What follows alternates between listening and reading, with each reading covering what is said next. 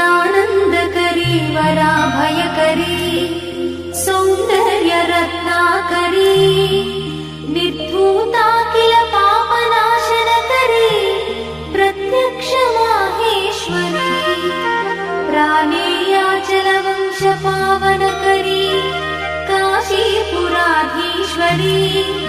भिक्षां देहि कृपावलम्बनकरी मातान्नपूर्णेश्वरी माता अन्नपूर्णेश्वरी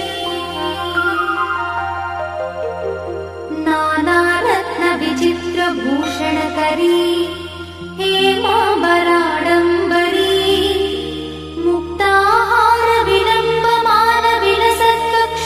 मुक्ताहारविलम्बमानविलसत्कक्षोजकुम्भान्तरी काश्मीरागरुवासिताङ्गरुचिरे काशीपुराधीश्वरी भिक्षां देहि कृपावलम्बनकरी मातान्नपूर्णेश्वरी माता अन्नपूर्णेश्वरी योगानन्दकरी रिपुक्षयकरी धर्मैकनिष्ठाकरी चन्द्रात्मानलभासमानलहरी त्रैलोक्यरक्षाकरी सर्वैश्वर्यकरी तपःफलकरी काशीपुराधीश्वरी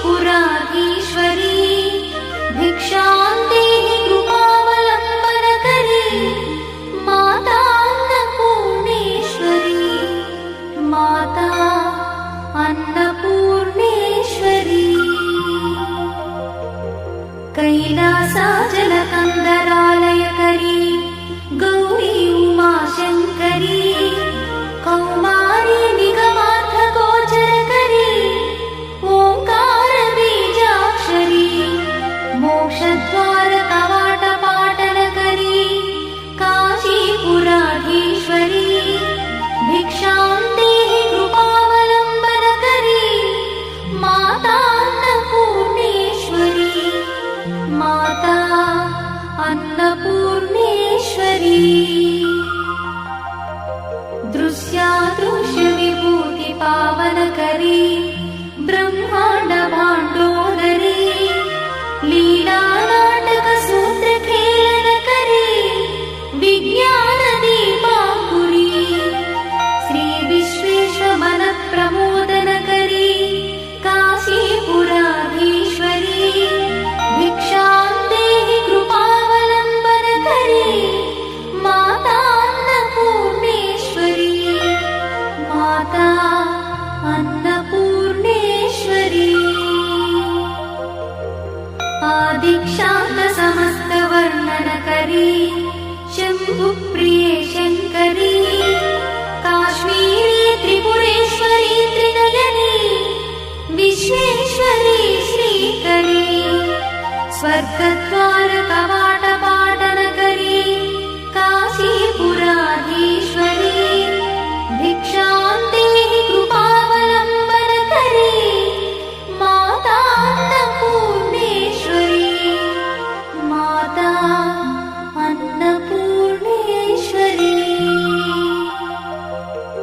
उर्वी सर्वजयेश्वरी जयकरी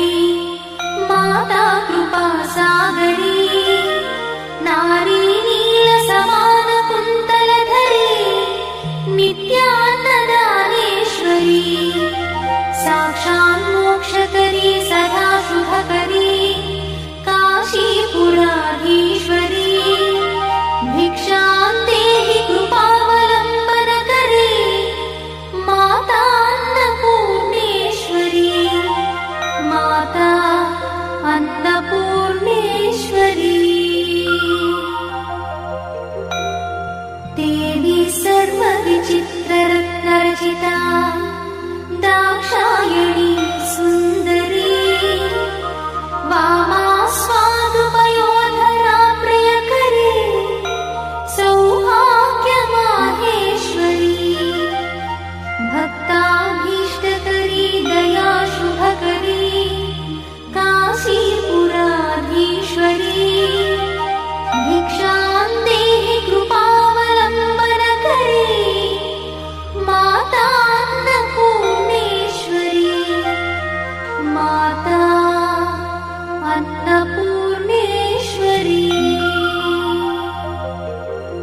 चन्द्रार्काननकोटिकोटिसदृश चन्द्रांशुबिम्बाधरी चन्द्रार्काग्निसमानकुण्डलधरी चन्द्रार्कवर्णेश्वरी माला पुस्तकपाशशाङ्कुशधरी काशीपुराधीश्वरी भिक्षां देहि कृपावलम्बनकरी माता अन्नपूर्णेश्वरी माता अन्नपूर्णेश्वरी क्षत्रत्राणकरी सदा शिवकरी माता कृपासागरी साक्षान्मोक्षकरी सदा शिवकरी विश्वेश्वरी श्रीधरी दक्षाक्रन्दकरी निरामयकरी काशीपुराधीश्वरी भिक्षां देहि कृपावलम्बनकरी माता अन्नपूर्णेश्वरी माता अन्नपूर्णेश्वरी अन्नपूर्णे सदा पूर्णे शङ्करप्राणवल्लभे ज्ञानवैराग्यसिद्ध्यर्थं